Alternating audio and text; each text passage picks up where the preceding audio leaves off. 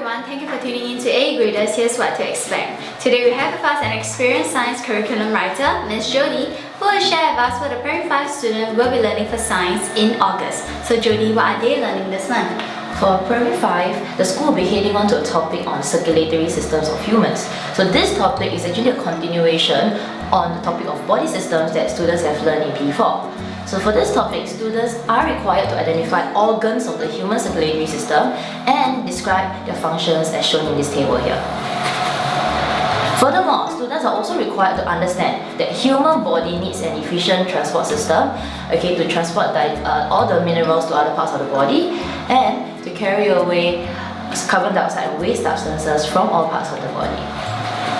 And for P5, they are required to not only remember organs and their functions, they are also required to know how does blood circulate around the body and also compare the amount of oxygen and carbon dioxide in the vessels as shown in this diagram.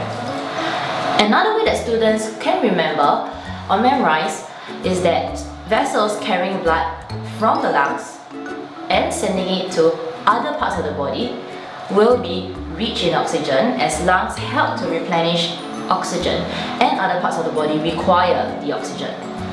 While vessels carrying blood to the lungs and from other parts of the body will be rich in carbon dioxide, since other parts of the body respire and gives out carbon dioxide. Lastly, students are required to know the difference between plant transport system and human circulatory system as shown in this table here. Do take note that detailed knowledge of circulatory systems, for example the chambers and valves of the heart, are not required in PSLE, and also usage of names of specific blood vessels like arteries, veins, capillaries are also not required in PSLE. Let's look at this question over here. So for such question, in part A, students actually have to use their scientific concept that during exercising, more energy will be required, thus heart rate is supposed to increase. So for such question, graph X is the correct answer, but there is a common mistake that students make, which they actually choose graph Y as the answer. Students have to remember that even though Y shows an increase in heart rate, but heart rate cannot start from 0, thus it cannot be an acceptable answer.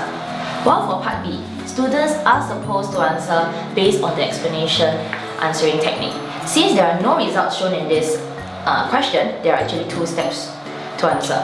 First one is observation, which is when Gavin exercised, his body needed more energy. And input the science concept that they have learned in P5, since his heart pumped faster to transport more oxygen and digested food to his body cells faster, so that they can undergo a greater rate of respiration.